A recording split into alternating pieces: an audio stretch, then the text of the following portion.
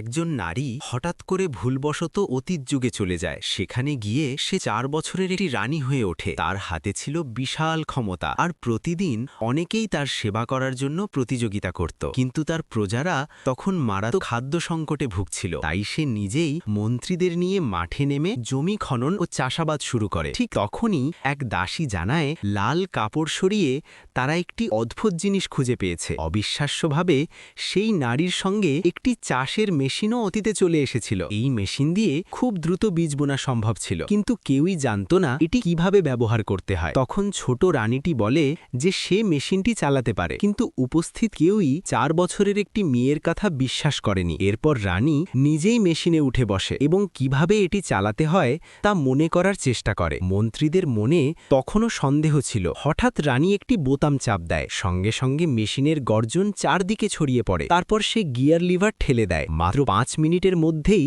সে 1 acre জমি চাষ করে ফেলে। এভাবেই ছোট রানীটি তার প্রজাদের বীজ বোনার সমস্যার সমাধান করে।